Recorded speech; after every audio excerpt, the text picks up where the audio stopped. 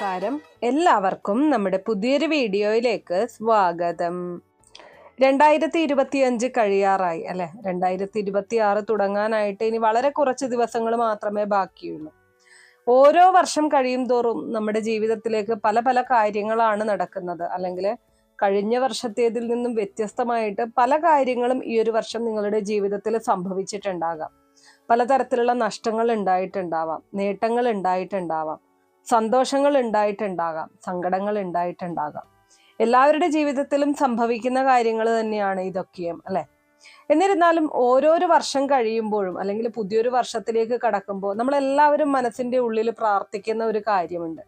ഈ ഒരു വർഷമെങ്കിലും നല്ലതായി തീരണേ, അല്ലെങ്കിൽ ഈ ഒരു വർഷമെങ്കിലും ഞാൻ ആഗ്രഹിക്കുന്ന രീതിയിലുള്ള ഒരു ജീവിതം നയിക്കാൻ സാധിക്കണേ, എൻ്റെ ആഗ്രഹങ്ങളൊക്കെയും ഈ ഒരു വർഷമെങ്കിലും എനിക്ക് നടപ്പിലാക്കാൻ അല്ലെങ്കിൽ നടത്തിയെടുക്കാൻ സാധിക്കണേ. അങ്ങനെ ഒരുപാട് ആഗ്രഹങ്ങളുമായിട്ടായിരിക്കും, സ്വപ്നങ്ങളുമായിട്ടായിരിക്കും നമ്മളെല്ലാവരും പുതിയൊരു വർഷത്തെ വരവേൽക്കുന്നത് അല്ലെ. എന്നാല് ചില ഘട്ടങ്ങളിലെങ്കിലും നമ്മൾ പോലും അറിയാതെ ചെയ്യുന്ന ചില തെറ്റുകൾ പുതിയ വർഷത്തിന്റെ തുടക്കത്തിൽ തന്നെ നമുക്ക് പലതരത്തിലുള്ള ദോഷഫലങ്ങൾ സമ്മാനിക്കും. ഒരു വർഷത്തേക്കാണ് നമ്മൾ കടക്കുന്നത്, അതായത് ഒരു പുതിയ വർഷത്തേക്ക് കാലെടുത്ത് വയ്ക്കുക എന്ന് പറയുമ്പോൾ ആ ഒരു വർഷക്കാലത്തിലുള്ള ആ ഒരു വർഷത്തിലേക്കുള്ള തുടക്കമാണ്. അപ്പൊ ആ ഒരു തുടക്കം നന്നായാൽ മാത്രമേ ഒടുക്കവും നന്നാകൂ എന്ന് പറയുന്നത് പോലെ ആ ഒരു തുടക്കം നന്നാക്കി എടുക്കാനായിട്ട് നമ്മൾ ചില കാര്യങ്ങൾ ചെയ്യേണ്ടതായിട്ടുണ്ട്. ഇന്നത്തെ വീഡിയോയിൽ ഞാൻ പറയാൻ പോകുന്നത് ഈ ഒരു ന്യൂ ഇയർ തുടങ്ങുന്നതിന് മുന്നേ ആയിട്ട് നിങ്ങൾ നിർബന്ധമായിട്ടും ചെയ്തിരിക്കേണ്ട ചില കാര്യങ്ങളും, ഒപ്പം തന്നെ ന്യൂ ഇയറിന് അതായത് 1-ാം തീയതി ജനുവരി 1-ന് നിങ്ങൾ ചെയ്യേണ്ട ചില കാര്യങ്ങളെ കുറിച്ചുമാണ്. നിങ്ങളുടെ ഒരു വർഷം നന്നാക്കി എടുക്കാനായിട്ട് ഈ കാര്യങ്ങൾ ചെയ്യുന്നത് വഴി സാധിക്കും എന്നുള്ളതാണ് നിങ്ങൾ മനസ്സിലാക്കേണ്ടത്. ഇതിലെ ഏറ്റവും പ്രധാനപ്പെട്ട കാര്യം, ന്യൂ ഇയറിലേക്ക് കടക്കുന്നതിന് മുൻപേ ആയിട്ട് അല്ലെങ്കിൽ പുതിയൊരു വർഷത്തിലേക്ക് കടക്കുന്നതിന് മുന്നേ ആയിട്ട് നിങ്ങളുടെ വീട്ടിൽ നിങ്ങൾ ചെയ്യേണ്ടതായിട്ടുള്ള ചില കാര്യങ്ങളുണ്ട്. നമ്മളിപ്പോൾ അനുഭവിച്ചുകൊണ്ടിരിക്കുന്ന ദുഃഖങ്ങൾ, ദുരിതങ്ങൾ ഒക്കെയും ഇല്ലായ്മ ചെയ്യാനായിട്ട് നമ്മളുടെ ആ ഒരു ജീവിത രീതി നമ്മളൊന്ന് മാറ്റാനായിട്ട് ശ്രമിക്കണം. ജീവിത രീതി മാറ്റുക എന്ന് പറയുന്ന സമയത്ത് എന്താണ്, നമ്മൾ മറ്റൊരു വീട്ടിലേക്ക് മാറിപ്പോവുകയാണോ? അല്ല. നമ്മൾ ചെയ്യേണ്ടത് നമ്മുടെ വീട്ടിലുള്ള അനാവശ്യമായിട്ടുള്ള വസ്തുക്കൾ, ഉപയോഗശൂന്യമായിട്ടുള്ള വസ്തുക്കളൊക്കെയും ഒഴിവാക്കുക.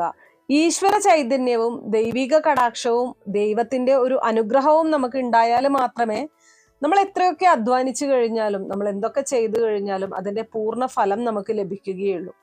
അപ്പോൾ അതിനായിട്ട് ഏറ്റവും ആദ്യം നമ്മൾ നമ്മുടെ വീടാണ് ഒരുക്കേണ്ടത്. നമ്മുടെ വീട്ടിൽ ഏതെങ്കിലും രീതിയിലുള്ള ദോഷങ്ങൾ നിലനിൽക്കുന്നുണ്ടെങ്കിൽ, അല്ലെങ്കിൽ നമ്മുടെ വീടിനുള്ളിൽ ജ്യേഷ്ഠ ഭഗവതി കുടിയിരിക്കുന്നുണ്ടെങ്കിൽ അതിനെ നമ്മൾ പുറത്താക്കേണ്ടതുണ്ട്. പകരം മഹാലക്ഷ്മി ദേവി നമ്മുടെ വീട്ടിലേക്ക് പടികടന്ന് വരാനായിട്ടുള്ള കാര്യങ്ങൾ നമ്മൾ ചെയ്യണം. അതിലേറ്റവും പ്രധാനപ്പെട്ട കാര്യം ഞാൻ ഈ പറഞ്ഞതുപോലെ ഉപയോഗശൂന്യമായിട്ടുള്ള വസ്തുക്കൾ ഒഴിവാക്കുക എന്നുള്ളതാണ്. ഈ ഉപയോഗശൂന്യമായിട്ടുള്ള വസ്തുക്കൾ ഒഴിവാക്കുക എന്ന് പറയുമ്പോൾ അതിലേറ്റവും പ്രധാനമായിട്ടും നിങ്ങൾ ശ്രദ്ധിക്കേണ്ട കുറച്ച് കാര്യങ്ങളുണ്ട്. ഒന്ന്, വീടിനുള്ളിൽ പൊട്ടിയ കണ്ണാടി. അത് വളരെ ചെറിയ തോതിലാണെങ്കിലും പൊട്ടിയ കണ്ണാടി ഉണ്ടെങ്കിൽ നിർബന്ധമായിട്ടും അത് കളയുക. പൊട്ടിയ ചില്ല് പാത്രങ്ങൾ ഉണ്ടെങ്കിൽ അത് കളയുക. പൊട്ടിയ പാത്രങ്ങൾ, ഉപയോഗശൂന്യമായിട്ടുള്ള പാത്രങ്ങൾ. ഇനി അതുപോലെ തന്നെ ഏതെങ്കിലും ഗിഫ്റ്റ് ഐറ്റംസ്, ഏതെങ്കിലും ഷോ പീസൊക്കെ വയ്ക്കുന്ന സാധനങ്ങൾ, ലൈറ്റ് പോലുള്ളവ കേടായതോ അല്ലെങ്കിൽ പൊട്ടിയതോ ഉണ്ടെങ്കിൽ അങ്ങനെയുള്ള കാര്യങ്ങളൊക്കെയും നിങ്ങൾ മാറ്റുക. അതുപോലെ തന്നെ വീട് വളരെയധികം മോശമായിട്ട് മുഷിഞ്ഞ ഒരു അവസ്ഥയിലാണ് ഉള്ളതെങ്കിൽ സാധിക്കുന്നവരൊന്ന് നല്ല രീതിയിലൊന്ന് പെയിന്റ് അടിക്കാനും, അല്ലാത്തവര് നന്നായിട്ട് വീട് വൃത്തിയാക്കാനും ശ്രമിക്കുക. പുതിയൊരു വർഷത്തിലേക്ക് കടക്കുന്നതിന് മുൻപ് വീട് പൂർണ്ണമായിട്ടും വൃത്തിയുള്ളതാക്കി എടുക്കാൻ നിങ്ങൾ ശ്രദ്ധിക്കണം. എന്നാൽ മാത്രമേ ലക്ഷ്മി ദേവി നിങ്ങളുടെ വീട്ടിലേക്ക് കടന്നു വരികയുള്ളൂ.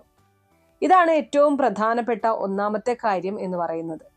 അതുപോലെ തന്നെ ഉപയോഗശൂന്യമായിട്ടുള്ള അല്ലെങ്കിൽ പൊട്ടിപ്പൊളിഞ്ഞ ഇലക്ട്രോണിക്സ് ഉപകരണങ്ങളൊക്കെ നിങ്ങളുടെ വീട്ടിൽ ഇപ്പോഴും സൂക്ഷിച്ചു വയ്ക്കുന്നുണ്ടെങ്കിൽ ഈ ഒരു ന്യൂ ഇയറിന്റെ ഭാഗമായിട്ട് നമ്മുടെ വീട് വൃത്തിയാക്കുന്ന സമയത്ത് അങ്ങനെയുള്ള വസ്തുക്കളൊക്കെയും കളയുക.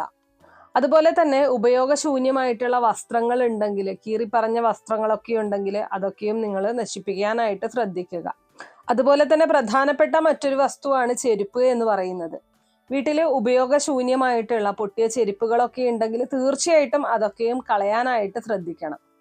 ഇതാണ് ഏറ്റവും ആദ്യം നിങ്ങൾ ശ്രദ്ധിക്കേണ്ടത്. അതായത് ഉപയോഗശൂന്യമായിട്ടുള്ള വസ്തുക്കൾ അല്ലെങ്കിൽ പൊട്ടിയ രീതിയിലുള്ള വസ്തുക്കളൊക്കെയും വീട്ടിൽ നിന്ന് ഒഴിവാക്കുക.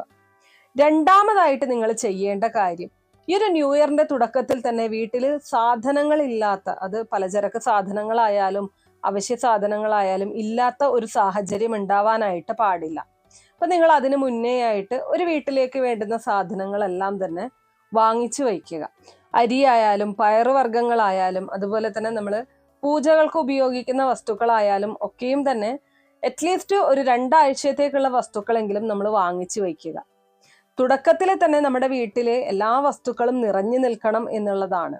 എന്നാൽ മാത്രമേ ആ ഒരു ദാരിദ്ര്യമില്ലാത്ത രീതിയിൽ ഈ ഒരു വർഷക്കാലം മുഴുവൻ നമുക്ക് മുന്നോട്ട് പോകാനായിട്ട് സാധിക്കുള്ളൂ.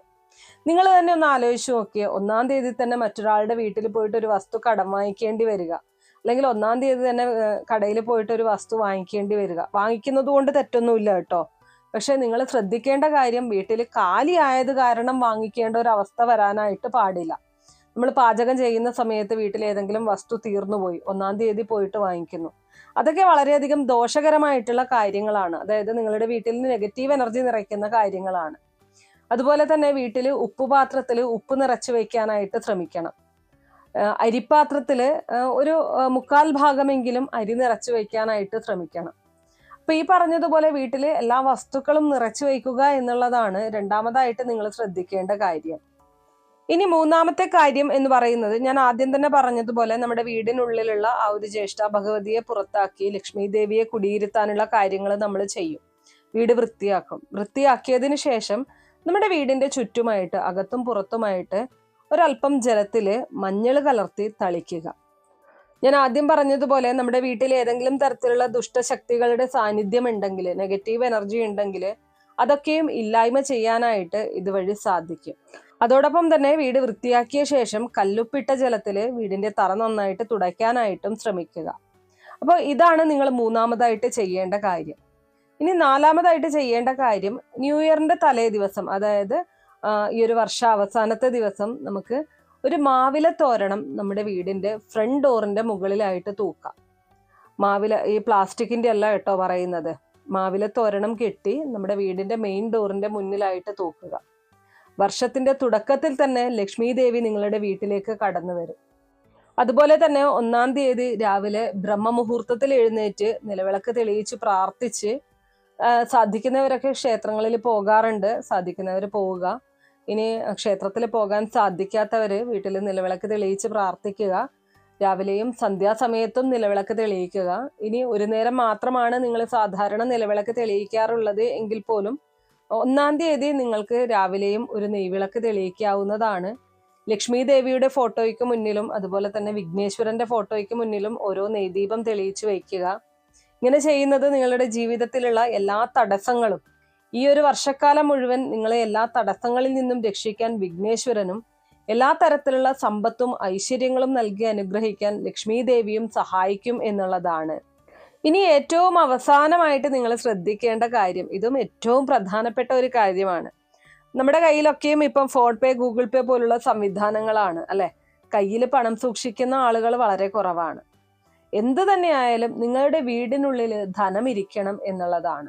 ധനം ഉണ്ടായിക്കഴിഞ്ഞാൽ മാത്രമേ ലക്ഷ്മി ദേവി വരുള്ളൂ. ധനമാണ് ലക്ഷ്മി ദേവി എന്ന് പറയുന്നത് അല്ലെ.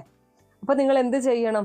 നിങ്ങൾ വളരെ ചെറിയൊരു തുകയാണെങ്കിലും നിങ്ങളുടെ വീടിന്റെ അലമാരയിൽ അല്ലെങ്കിൽ നിങ്ങളുടെ വീട്ടിൽ പണം സൂക്ഷിക്കുന്ന ആ ഒരു സ്ഥാനത്ത് വളരെ ചെറിയൊരു എമൗണ്ട് ആണെങ്കിലും കൊണ്ടുവന്ന് വയ്ക്കണം എന്നുള്ളതാണ്. 1-ാം തീയതിയുടെ തുടക്കത്തിൽ തന്നെ വീട്ടില് ലക്ഷ്മി ദേവി ഇല്ലാത്ത സാഹചര്യം ഉണ്ടാവാൻ പാടില്ല. അതായത് ധനമില്ലാത്ത സാഹചര്യം ഉണ്ടാവാനായിട്ട് പാടില്ല. അതോടൊപ്പം തന്നെ ഞാൻ നേരത്തെ പറഞ്ഞതുപോലെ 1-ാം തീയതി ആരുടെ കയ്യിൽ നിന്നും കടം വാങ്ങാനോ കടം കൊടുക്കാനോ പാടില്ല. അത് ധനമായാലും വസ്തുക്കളായാലും. ഒരു വർഷത്തെ ഫലമാണ് നിങ്ങൾക്ക് ആ ഒരു 1-ാം തീയതിയിലൂടെ ലഭിക്കുന്നത്. അപ്പോൾ അത്രയും കെയർഫുൾ ആയിട്ട് ഇരിക്കുക എന്നുള്ളതാണ്. നല്ല രീതിയിലുള്ള ഒരു അന്തരീക്ഷം നിങ്ങളുടെ വീട്ടിൽ സൃഷ്ടിക്കുക. ചെറിയ കുട്ടികളൊക്കെ ഉണ്ടെങ്കിൽ അനാവശ്യമായിട്ട് വഴക്ക് പറയാനോ അല്ലെങ്കിൽ ഷൗട്ട് ചെയ്യാനോ ഒന്നും പാടില്ല. അന്നത്തെ ദിവസം വളരെ ശാന്തമായിട്ടുള്ള ഒരു അന്തരീക്ഷമായിരിക്കണം നിങ്ങളുടെ വീട്ടിൽ ഉണ്ടായിരിക്കേണ്ടത്. ഭാര്യ ഭർത്താക്കന്മാർ തമ്മിൽ വഴക്കിടാതിരിക്കുക. അതുപോലെ തന്നെ നല്ല രീതിയിലുള്ള ഒരു സന്തോഷം നിലനിർത്താനായിട്ട് നിങ്ങൾക്ക് എന്താണോ ചെയ്യാൻ സാധിക്കുക ആ കാര്യങ്ങൾ ചെയ്യുക. ഒപ്പം 1-ാം തീയതി ഒരല്പം മധുരം വെച്ച് നിങ്ങളുടെ വീടിനടുത്തുള്ള കുട്ടികൾക്ക് കൊടുക്കുക, അല്ലെങ്കിൽ വീട്ടിൽ കുഞ്ഞുങ്ങൾ ഉണ്ടെങ്കിൽ അവർക്ക് കൊടുക്കുക. അപ്പൊ ഇതൊക്കെ ചെയ്യുന്നത് നിങ്ങളുടെ വീട്ടിലേക്ക് ആ ഒരു ഐശ്വര്യം കടന്നു വരാനായിട്ട് സഹായിക്കും എന്നുള്ളതാണ്. അപ്പൊ ഈ പറഞ്ഞ കാര്യങ്ങൾ എല്ലാവരും ചെയ്യുക. തീർച്ചയായിട്ടും നിങ്ങൾക്കും ഈ ഒരു വർഷക്കാലം മുഴുവൻ 2026 എന്ന് പറയുന്ന വർഷം നിങ്ങളുടെ എല്ലാ ആഗ്രഹവും നേടിയെടുക്കാനുള്ള അല്ലെങ്കിൽ സാധിച്ചെടുക്കാനുള്ള ഒരു വർഷമായിട്ട് മാറട്ടെ എന്ന് പ്രാർത്ഥിക്കുകയാണ്. ഇത്രയുള്ള ഇന്നത്തെ വീഡിയോ കുറച്ചു പേർക്കെങ്കിലും ഉപകാരപ്രദമായി കാണും എന്ന് വിശ്വസിക്കുന്നു. ഇതുപോലുള്ള അറിവുകൾക്കായിട്ട് നമ്മുടെ ഈ ചാനൽ ഒന്ന് സബ്സ്ക്രൈബ് ചെയ്യുക. വീഡിയോ ഇഷ്ടമാണെങ്കിൽ ലൈക്ക് ചെയ്യാനും ഷെയർ ചെയ്ത് മറ്റുള്ളവരിലേക്ക് എത്തിക്കാനും മറക്കരുത്. നിങ്ങൾക്ക് ഏതെങ്കിലും തരത്തിലുള്ള സംശയങ്ങളോ അഭിപ്രായങ്ങളോ നിർദ്ദേശങ്ങളോ ഇനി ഏതെങ്കിലും കാര്യങ്ങളെ കുറിച്ച് അറിയാനുള്ള താല്പര്യമോ ഉണ്ടെങ്കിൽ തീർച്ചയായിട്ടും കമന്റ് ബോക്സ് വഴി അറിയിക്കാവുന്നതാണ്. നന്ദി.